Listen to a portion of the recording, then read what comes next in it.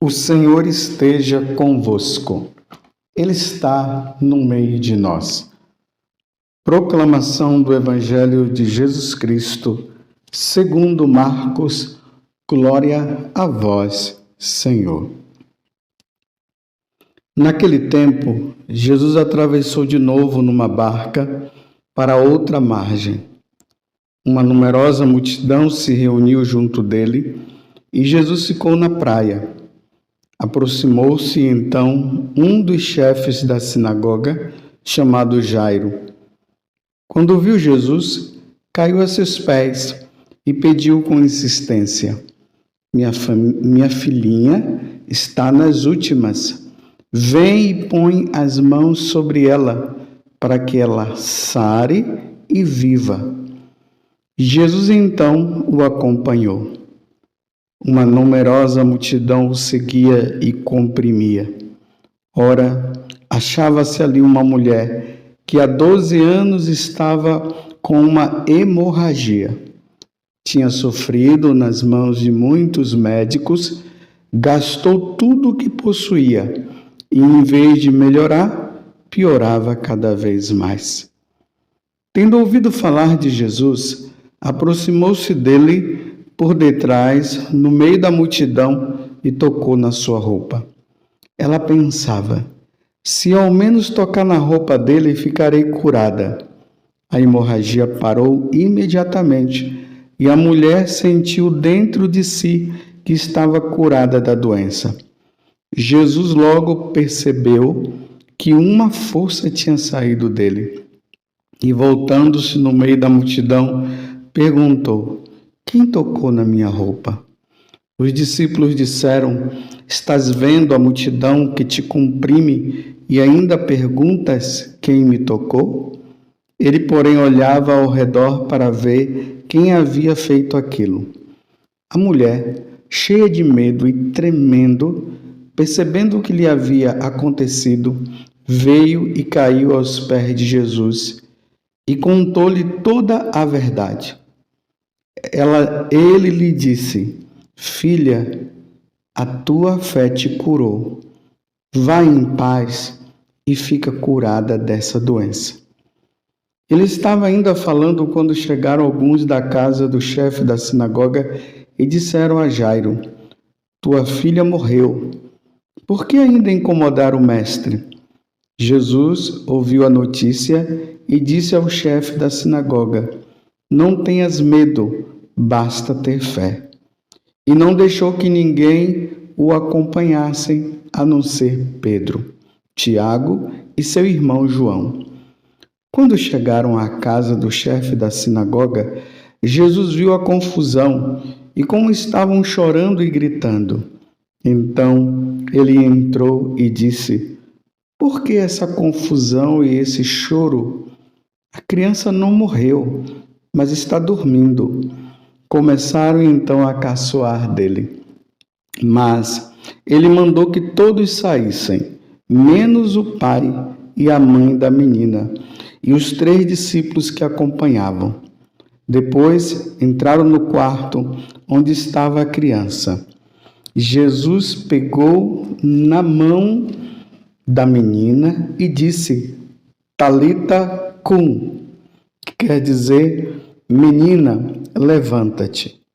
Ela levantou-se imediatamente e começou a andar, pois tinha 12 anos.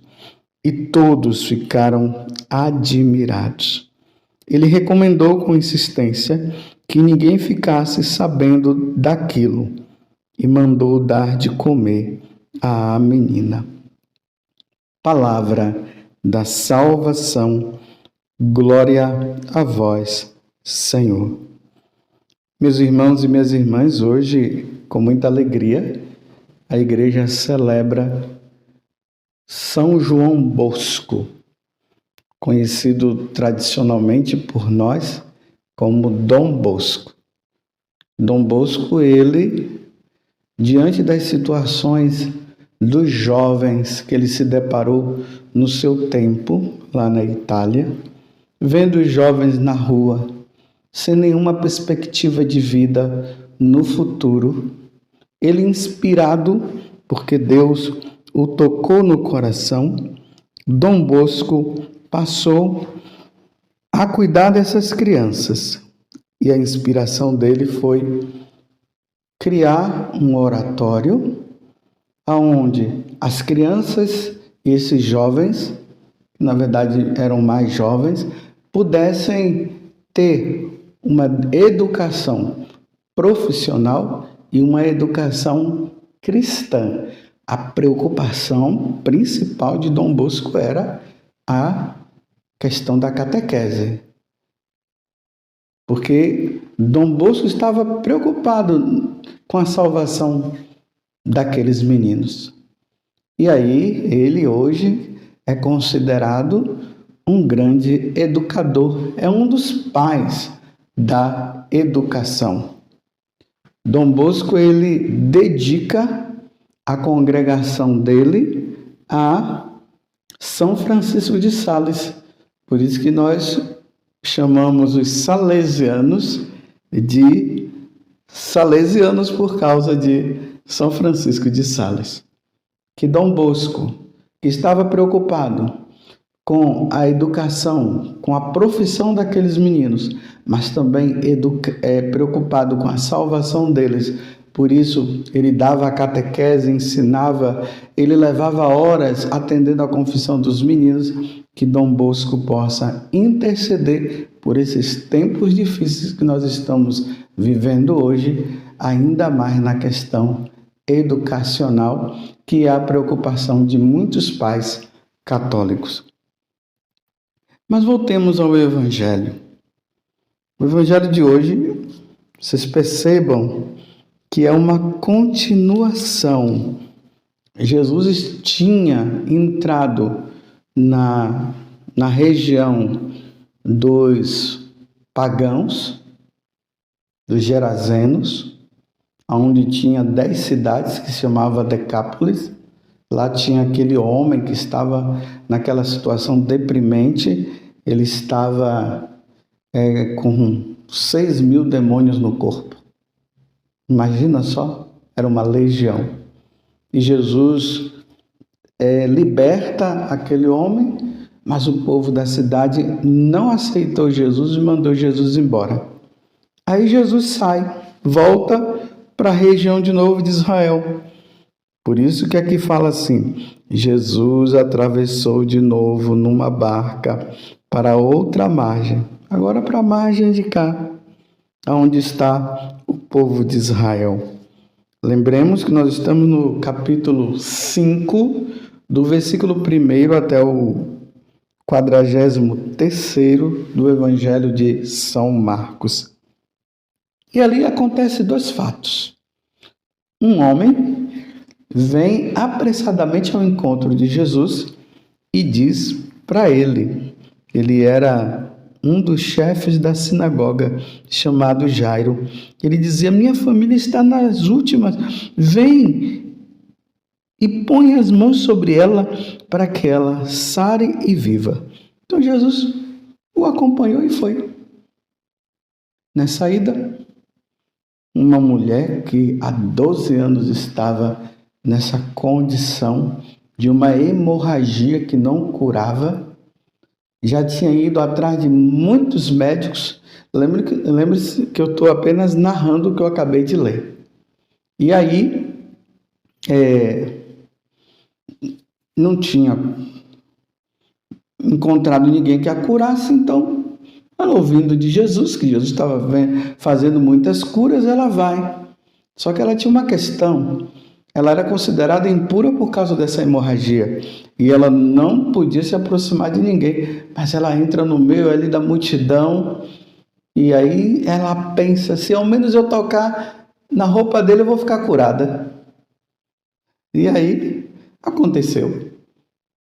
E nós vimos todo o resto da narração. Jesus disse: quem me tocou, os apóstolos: mas como o senhor está falando quem me tocou? Com essa multidão aqui. Então a mulher vai lá e conta o que aconteceu, e Jesus a cura e diz: vá em paz. Ela já tinha sido curada. Jesus disse: vá em paz, porque tua fé te curou, te salvou. E agora Jesus vai para a casa de Jairo. Quando chega lá, as pessoas já vão dizendo para ele: olha, não precisa mais não, a menina morreu. E aí Jesus diz assim: não, ela não morreu, ela está dormindo. E começaram então a caçoar dele, e aí Jesus vai lá e fala: Talita cum, levanta-te, e a menina se levantou. Eu queria meditar um pouco sobre essa parte aqui. A menina estava morta, porque na verdade ela estava morta mesmo, ela havia morrido. E aí São Beda, né, e os santos padres trazem uma coisa belíssima a partir desse momento. Ele diz o seguinte, que nós vemos a pessoa morta, mas para Deus é como se ela estivesse dormindo. Ela está dormindo. Então Jesus vai lá e toca nela, levanta-te, Talita cum, e ela levanta. Aqui os santos padres vêm nos trazer uma verdade de fé que todos nós devemos guardar no nosso coração. E que verdade de fé é essa? Um dia, meus irmãos, nós iremos morrer. A nossa alma irá diante de Deus para prestar conta dos nossos atos praticados neste corpo. Como vai dizer São Paulo na carta aos Coríntios. Também na carta aos Hebreus, que é o livro que está sendo lido durante esta semana. Só que nós estamos no capítulo 12, mas esse versículo que eu vou falar está no capítulo 9, versículo 27. Lá vai dizer o seguinte, que logo depois da nossa morte vem o julgamento. Isso para dizer que quando a alma sai do nosso corpo, o corpo perde a vida. E por isso que o nosso corpo é levado para o cemitério e é colocado lá. Mas para nós católicos, aqui tem um grande mistério, porque o nosso corpo, ele um dia, na ressurreição da carne, como nós professamos a nossa fé, dizendo isso, que nós cremos na ressurreição da carne, esse corpo será depositado lá no cemitério, o lugar da dormição. Por isso que nós usamos até essa expressão, né? Que o corpo está no cemitério, e o cemitério quer dizer o lugar, o dormitório, o lugar onde se dorme. O corpo estaria ali nesta condição. Claro, está morto. Ele vai passar por todo um processo de decomposição. Mas a igreja nos ensina algo maravilhoso. Um dia, Deus tocará neste corpo como tocou no corpo da filha de Jairo. E ali o nosso corpo ressuscitará glorioso, como disse São Paulo na carta aos Coríntios. O nosso corpo ressuscitará glorioso, transformado, e ele vai se unir com a nossa alma. A fé católica nos ensina que lá no céu, por enquanto, só duas pessoas estão com o corpo e com a sua alma. Jesus, que ele ressuscitou glorioso, e a carne dele, a parte, a natureza humana dele não desapareceu, não, ela continua, viu? Está lá no céu, com a sua natureza humana e com a sua natureza divina. Aqueles que já morreram estão no céu com a sua alma. É a alma que está lá e o corpo que está aqui. Nossa Senhora, ela também está em corpo e alma no céu. O corpo dela não passou pela decomposição. Só que a alma dos santos que estão lá, elas estão esperando a ressurreição da carne que vai acontecer um dia. Aí lá no céu nós teremos o nosso corpo e teremos a nossa alma.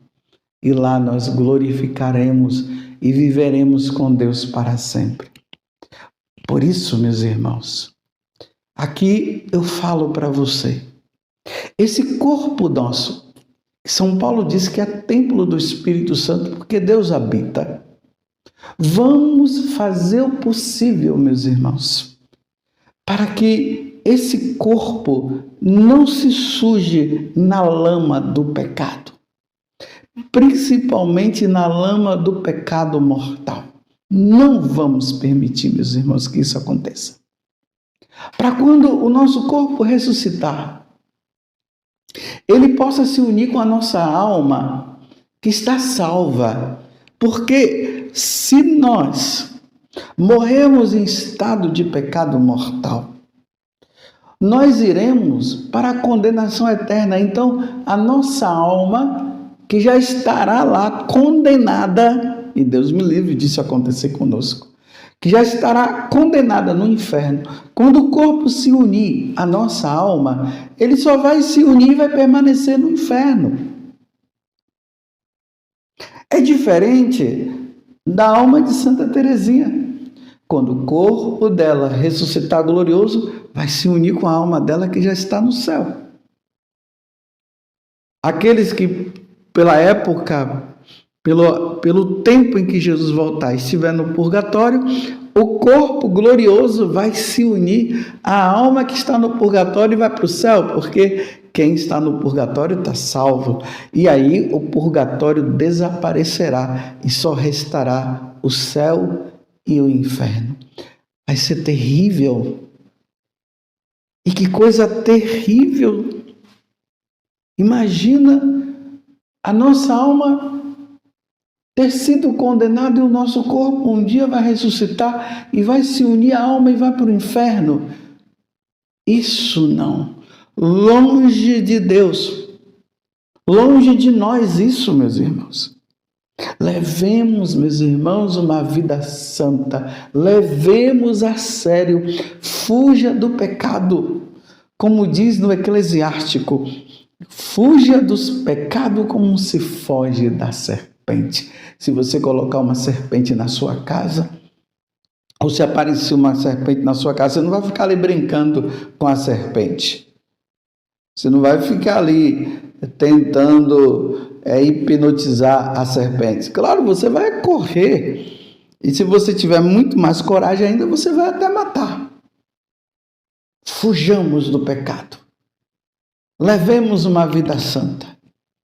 Para que um dia, quando o Senhor nos chamar, Ele possa dizer para nós, levanta-te, talita cum, levanta-te. O nosso corpo vai ressuscitar glorioso e iremos ao encontro da nossa alma. E a nossa alma vai se unir com o nosso corpo, e o nosso corpo vai se unir com a nossa alma, com esse corpo glorioso no céu, contemplando a face de Deus, glorificando a Deus por toda a eternidade. Meus irmãos, que coisa maravilhosa vai ser! Que coisa maravilhosa! Que Deus nos conceda a graça da santidade, que Nossa Senhora ela interceda por cada um de nós, para que um dia possamos contemplar a face de Deus, convivendo com os anjos, convivendo com os santos e convivendo com o nosso amado Senhor por toda a eternidade. Vai ser maravilhoso, meus irmãos. Vai ser maravilhoso. Que Deus nos conceda então a graça da santidade. Louvado seja nosso Senhor Jesus Cristo, para sempre seja louvado, e a nossa mãe, Maria Santíssima.